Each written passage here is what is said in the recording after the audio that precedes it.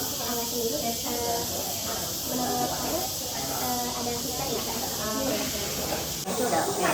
Kayak mungkin yang aku apa ya, first impression itu kayak kalau ada paving block bisa digunakan untuk sustainability energy. Jadi kayak kalau seandainya kita injek itu di dalamnya kayak ada pair yang bisa menghasilkan suatu energi yang bisa digunakan kembali untuk listrik gitu.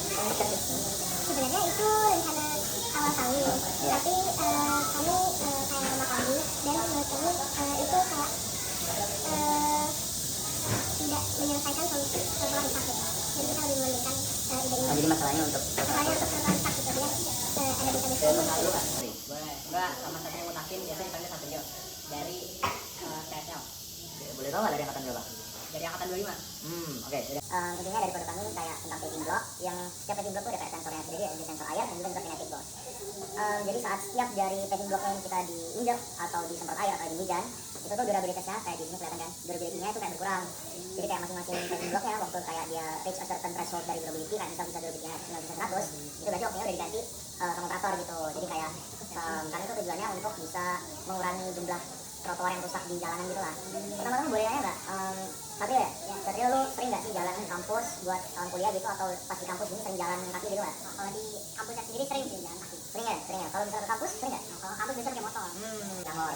Jadi kalau menurut Satrio nih, kalau misalnya kita benar-benar implementasiin produk kita ini ke masyarakat, itu gimana tuh? Menurutku bisa aja sih ini jalan, asalkan ada yang kayak pas durability rendah ada yang beneran ganti gitu, bukan sekedar cuma dibiarin aja. Berarti perlu kerjasama juga dengan government dengan pemerintah gitu ya. Oke. Terus boleh minta nggak kayak feedback gitu mungkin dari Satrio tentang produk kita nih atau produk kita?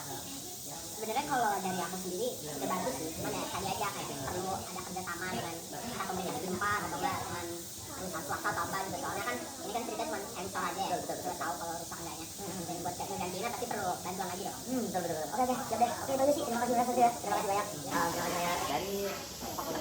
Dari FTI jurusan teknik mesin. Berarti Angkatan 25. jadi kayak proses gue kayak sebenarnya paving block kayak yang buat trotoar gitu, yang setiap dari paving block itu ada kayak sensor air sama sensor kinetik, dan setiap dia diinjak dan setiap dia di kayak kena air kena hujan itu kayak durability-nya berkurang. Kayak gini ada kayak jenis LED screen-nya gitu lah, LCD screen durability-nya. Terus kalau misalnya udah kayak mencapai suatu threshold kayak misalnya udah 100 itu nanti bakal diganti sama yang baru dan kayak operator. Sebenarnya kalau setiap paving blocknya dipasang sensor sedikit menghabiskan anggaran. Ya. Jadi mungkin lebih ke diperhatikan dulu secara survei langsung di mana tempat-tempat yang paling sering dilewati orang dan paling rawan tergenang gitu.